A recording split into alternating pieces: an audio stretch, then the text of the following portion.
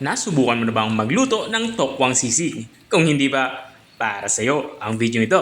Dahil dito ay magluluto tayo ng tokwang sisig. Mula na natin ating pagluluto. Simple lang tong lutuin. Magpapainit lang tayo dito ng mantika. At kapag uminit na, ilalagay na natin itong ating tokwa. Bali sa tokwa naman, ang ginawa ko lang dito ay hiniwa ko lang ito ng pa-cubes. Yung tamang laki lang.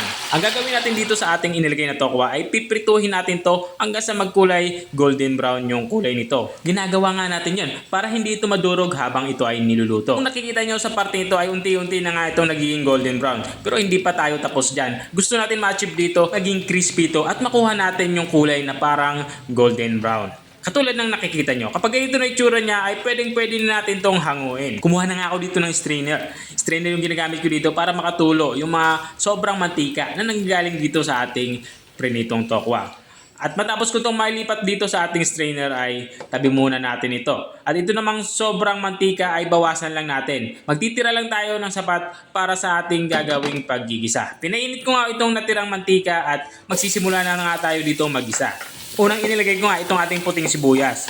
At matapos kong mailagay yung sibuyas ay susundan ko naman nitong ating bawang. Dinikdik ko lang ito at hiniwa ng maliliit.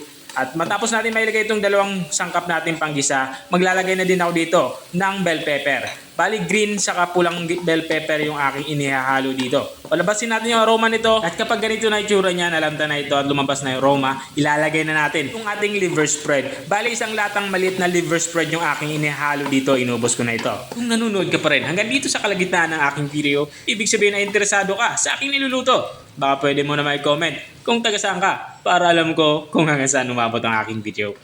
Balikan natin yung ating nilulutong ulam. Naglagay na nga ako dito ng liquid seasonings at naglagay na din ako dito ng oyster sauce. At dito naman sa parting ito, nilalagyan ko ito ng mayonnaise. Dahil nga sisig yung ating niluluto, hindi talaga mawawala yung mayonnaise. Haluin lang natin to hanggang sa magganito na itsura niya. At maglalagay na din tayo dito ng kaunting tubig. Kaunting tubig lang para ma-deglaze lang yung ating ginagawang sauce. At tuloy-tuloy lang tayo sa ating paghahalo at kapag nahalo na natin ito na maigi, ay ilagay na din natin itong ating sili. Siling green saka siling pula nga yung aking inilalagay dito. Hiniwa ko lang ito ng medyo pahalang. At matapos natin mahalo yung ating sili ay ilalagay na natin itong ating prinitong tokwa. Ang gagawin natin dito sa ating tokwa ay kailangan natin to i-coat ng ating ginawang sauce. Katulad na nakikita nyo. Kapag ganito na itsura niya ay pwede na natin tong i-serve. Pero dahil nga gagawa tayo ng sizzling sisig na tokwa ay kukuha lang tayo dito ng ating sizzling pan. Dito sa sizzling pan ay naglagay ako ng kaunting margarine. At nang matunaw na nga yung ating inilagay na margarine ay ilalagay na din natin itong ating nalutong sisig na tokwa. Lagay lang tayo ng sapat na hindi naman punong-puno itong ating sizzling pan para hindi naman ito umapaw, di ba? At lalagyan ko na dito ng siling pula sa ibabaw. Ito naman ay pang garnish lang.